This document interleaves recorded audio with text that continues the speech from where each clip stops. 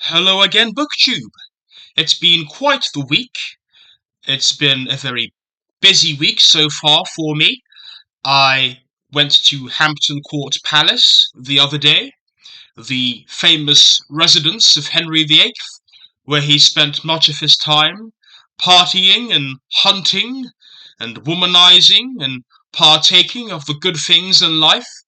And I just spent the whole day there, just walking through the palace grounds, looking into the various rooms that were occupied by various monarchs during their time on the throne.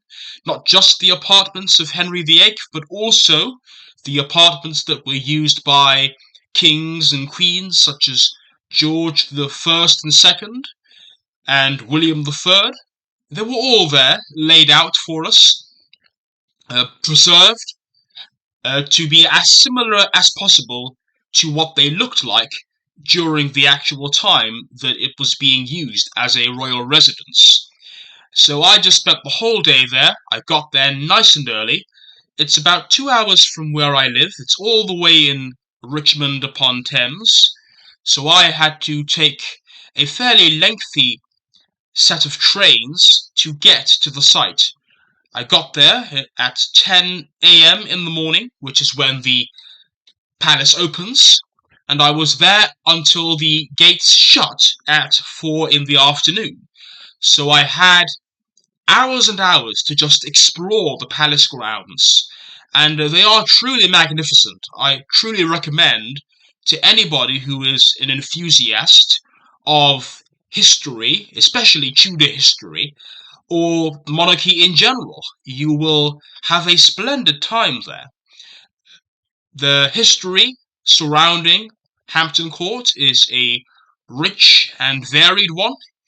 You will find something to your taste, whether it's in the architecture or whether it's in the horticulture. There is a lovely body of water next to the palace gardens called the Long Water, that was actually created by Charles II when he was restored to the throne. And he actually imported trees from the Netherlands to line the canal that he created. In addition to this, there are hunting animals that are still there. You can still find them. They are penned into this park called Home Park, I believe it is, right next to the Long Water.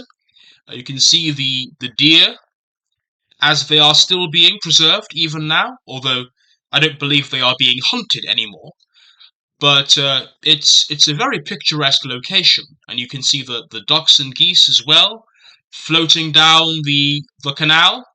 It's marvelous to witness. You can take a carriage ride through the palace grounds.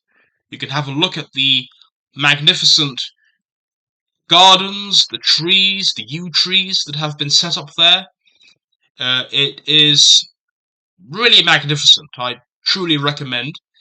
And it just so happens that when I was there, they were having a Halloween-themed event. And they had all these people dressed up as ghosts in Tudor period dress. It was not something I cared for, I must admit, because I'm not someone that celebrates Halloween. It's never been of much interest to me as a holiday, as an event. But it was nice, I suppose. It was a nice touch to add, a nice way of drawing in tourists. I didn't go there for that, but it was still interesting if you're into that sort of thing. And I got to see the chapel, Henry VIII's chapel, where he married his last wife, Catherine Parr.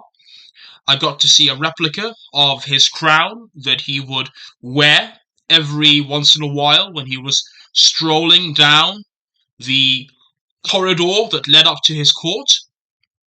And his courtiers would come out and they would be there to see him and accompany him on his way to chapel or wherever else it was that he was going. You just picture this man, 6 foot tall or more than 6 foot tall, wearing this crown, uh, dressed in all of his royal appurtenances and paraphernalia. And just imagine the splendor, the charisma that he would have radiated as he walked down that corridor. Would you have dared to lock eyes with such a man who could have you and your entire household beheaded in an instant? It wouldn't be something he would even blink at if you so much as offended him. So that was quite awe-inspiring to walk down, and they have all of the portraits, the various portraits and things of that kind, up and about, displayed across the place.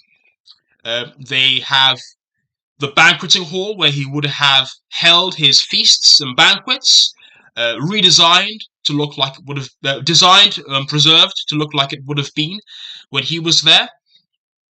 They have even the thrones as they would have looked like had he been there. It was a very enjoyable day out. Very expensive, I must admit, because I got there early. I hadn't had breakfast, so I had breakfast and lunch there, which means that the cafe in question, where I was eating for much of the day, got quite a bit of money out of me, but what can you do? Yesterday evening I went salsa dancing, which is not something I've ever done before, so that was quite a step out of my comfort zone. I can testify that I was hopeless at it, but it was an enjoyable experience.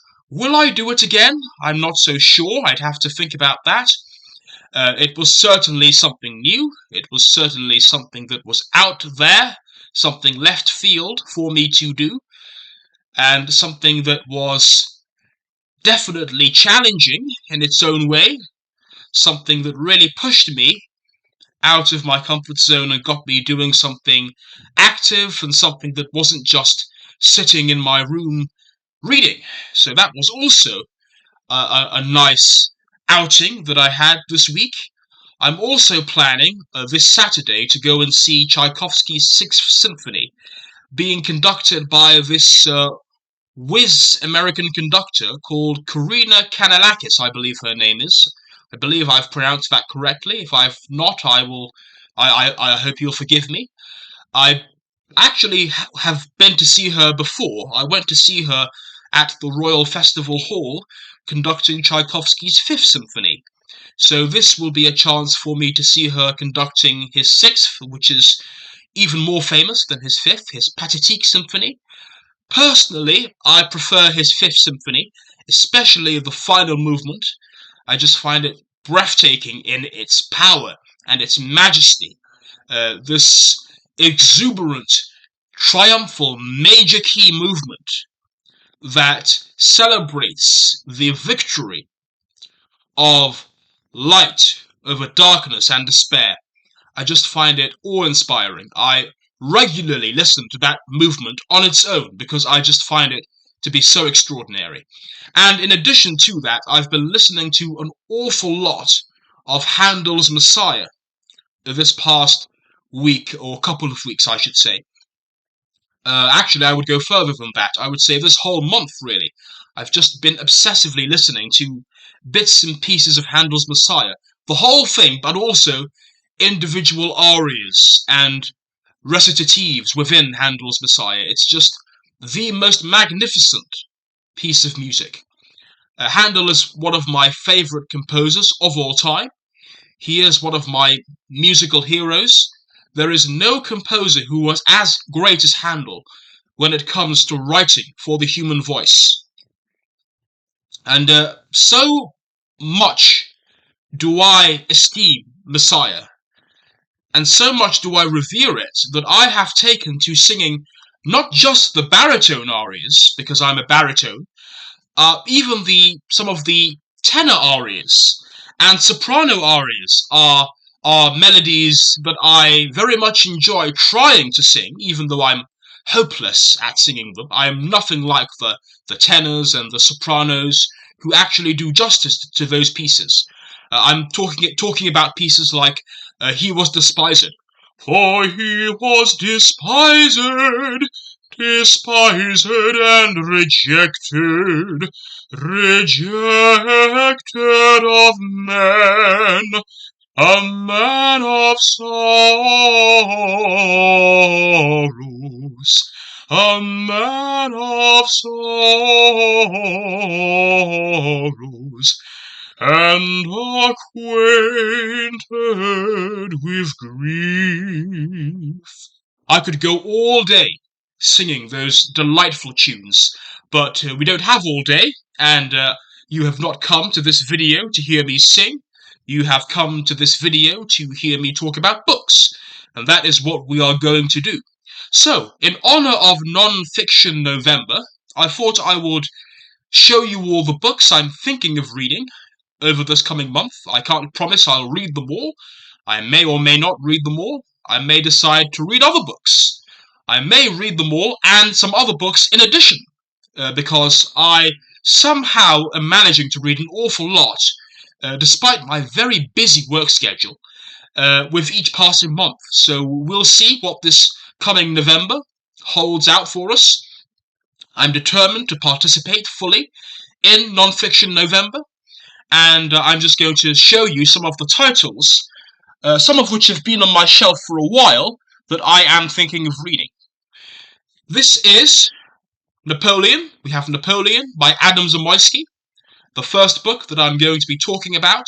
This has been on my shelf for a long time, about 4 years probably. Scandalously, I've not read it, and for those of you who are avid watchers, as I am, of Steve Donahue, his advice is that if you have a book on your shelf that's been there, unread, for 3 or more years, you should get rid of it. So I am now in violation of the Donahue rule, because I have not gotten rid of this book. I keep on saying that I'll get to it, and I never have. I have read other books about Napoleon. I've read Andrew Roberts' magnificent biography of Napoleon. I have read Philip Dwyer's biography of Napoleon, the first volume of it, not the whole thing, not the whole 3-volume biography. But incredibly, I've not read Adam Zamoyski's biography. And I've listened to some of the audiobook. A few years ago, I actually took it upon myself to listen to the whole audiobook version of this.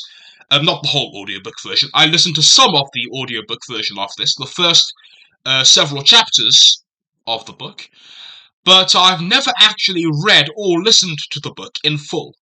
So I'm determined to rectify that. Adam Zamoyski is a celebrated British-Polish historian. He's a biographer I've read before. I've not read any of his other biographies, but I have read his book Holy Madness, which is a very riveting, very well-written book about the Romantic period and the revolutions that went on during that time in Latin America and Europe, and some of the key figures like Bolivar and Byron, who were so influential during that period of time. I think you'll find that Holy Madness is a very appropriate way, if disparaging, of describing the romantic exuberances and excesses of this time period. And Adam Zamoyski is a writer who I have enjoyed in the past. I hope to enjoy him again in this book. This is a sort of anti-biography to Andrew Roberts' biography of him, because Roberts is a big Napoleon fan, as am I. I am a paid-up Bonapartist. I've been a worshipper of Napoleon since I was 10 years old, or even younger.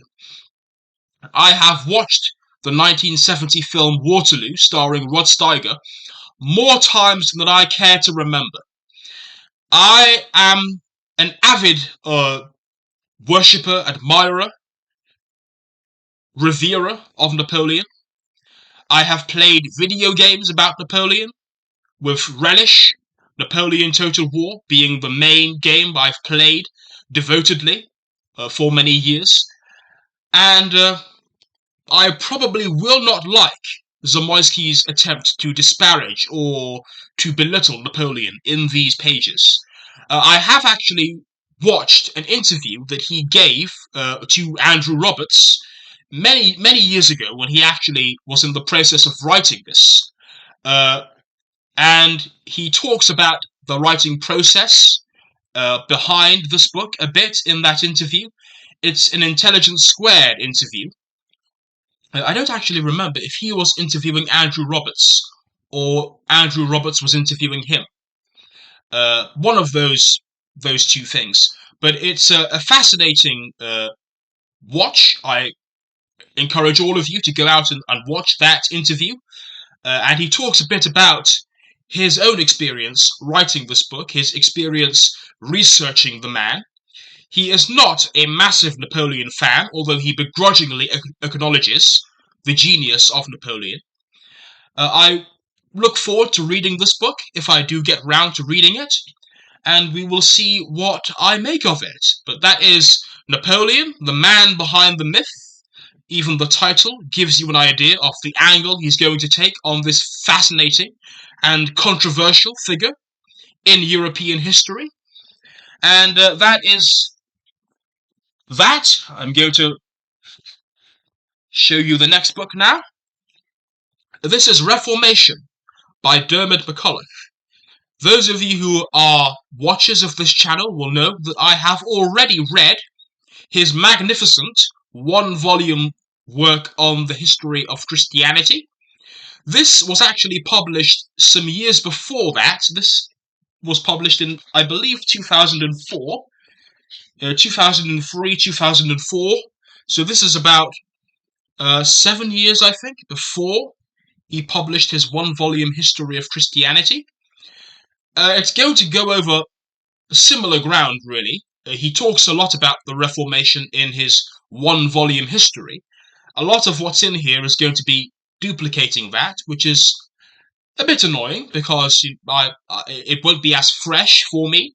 And I've actually already read about a quarter of this book already. I was in a similar sort of situation with the other Dermot McCulloch book. I was reading it on and off. I wasn't committed to finishing the whole thing. I was sort of dipping in and out. But I now really want to read the whole thing because I think he's a fantastic writer. So this is his work on the Reformation, and I actually hope I will get round to reading the whole thing this time. As you can see, I still have my Napoleon bookmark that I purchased. I don't remember whether I purchased this in... where did I purchase this? I must have purchased this when I was in France during the summer. Not this summer that's just gone, the summer before. August 2023, it would be. When I was actually in Paris. And I might have purchased this either from Les Invalides or from one of the palaces that I visited, Malmaison or Fontainebleau, one of the Napoleonic palaces I visited when I was in Paris. But I hope to actually finish this book this time and read the whole thing to the end. So that is Dermot McCulloch's Reformation. Then there is Thomas Hardy, The Time-Torn Man, by Claire Tomalin, who is a celebrated biographer of English writers. She's written another biography of Dickens, and I haven't read any of her other stuff, but excuse me. But Thomas Hardy is an author who I revere. He is one of my favourite Victorian writers. I esteem him above Dickens. I think Dickens is massively overrated. I say that as someone who recently read David Copperfield and Bleak House and didn't enjoy either of them, to be quite honest with you. And what can I say? In the case of Thomas Hardy, I've loved practically everything I've read by him. so far, with the possible exception of Jude the Obscure, which I liked Jude the Obscure. I enjoyed it. Did I love it? Probably not. It wasn't the novel I went in expecting, I don't think. I think I had this idea of Jude in my head and what the story would be about, and when I actually read the novel, turned out to be a bit different from what I was thinking it would be about. And Jude turned out to be a less impressive figure than I thought he would be. So that's why I would say I didn't love Jude the Obscure, but I've loved every other book he's written. Not every other book he's written, every other book by him that I've read. I loved Tess of the D'Urbervilles when I read it a few years ago. It's probably my favourite of all his works. I loved The Mayor of Casterbridge when I first read it. It's probably my second favourite. I really enjoyed the two books I read by him recently. What were they? Uh, what's happened? It's gone clean out of my mind. What was the name of that book? Uh, I'm going to commit the cardinal sin of Googling this because this is irritating me. How could I have forgotten what it was? Really irritating. Thomas Hardy books. Apologies, folks, for this is very embarrassing. Ah, got it. So, The Woodlanders and Return of the Native. Those are the two books of his which I read recently that I also really enjoyed. I think I preferred The Woodlanders to... no. I think I preferred Return of the Native. Or did I? I think I preferred Return of the Native. Anyway, I'm getting sidetracked here. So Thomas Hardy is a writer who I esteem highly. I recently read the very good book Hardy Women by Paula Byrne, who tries to recover the lost stories of the women in Hardy's life. I highly recommend that as well. I've written a review for it on Open Letters Review. I encourage all of you to go ahead and read it. But I'm very much looking forward to reading this, I think, more conventional, I think it's fair to say, biography of Hardy, which I believe is going to be a from cradle to grave biography of the man, and hopefully will also do a good job of situating him in his times. So that is Thomas Hardy's, that is Claire Tomalin's Thomas Hardy, The Time-Torn Man. Apologies for that brain fart in the middle of this video. That doesn't often happen to me. Next up, we have a bunch of books, all on a similar subject, which is Iran, 20th century Iran. Now, being a massive history nerd, massive history buff, Iran and its history is one of the things that has always fascinated me since I was probably about 11 or 12 years old. Just the whole mystique around the Pahlavi monarchy and how it collapsed and gave way to Islamist rule. It's just fascinating for me. It never ceases to be an object of fascination. How this glittering monarchy came crashing down. This 2,500-year-old Persian monarchy collapsed in the face of Islamic fundamentalism. And this is a book which I have had for a few years now, again, in violation of the Donahue law that says that you should not have a book unread for more than 3 years on your shelf. I've had this for at least a couple of years, if not 3 years. This is The Fall of Heaven, The Pahlavis and the Final Days of Imperial Iran by Andrew Scott Cooper, who I know nothing about. So he's the author of another book on Iran, which I have not read, and he's an adjunct assistant professor at Columbia University. So this is... When was this published? This was published in 2018, so it's relatively recent book, and that's going to be hopefully one of my reads for non-fiction November. If I get round to it, we'll see. I've also had the pleasure of reading, this was many years ago, I read Abbas Milani's very good book on the Shah. I haven't read any other biographies to really compare it to. So far, it's my only real frame of reference when it comes to stuff written on the Shah, or stuff written by Iran, or written on Iran, sorry. But to be quite honest with you, it's quite possible that my frame of reference is flawed in that regard, because I've not really read anything else. I'm sure there is better stuff out there. But this is hopefully going to rectify that. I'm going to read some more stuff on Iran and on the Shah, hopefully, in the near future. And that will correct any distortions that have arisen from the fact that I read that one biography years ago when I was 16. So it's been about a decade now since I read that book. Still on Iran, we have Christopher de Belaigue's Patriot of Persia, Mohammad Mossadegh and the Very British Coup. The story of Mohammad Mossadegh is well known to those of you who know anything about 20th century Iranian history.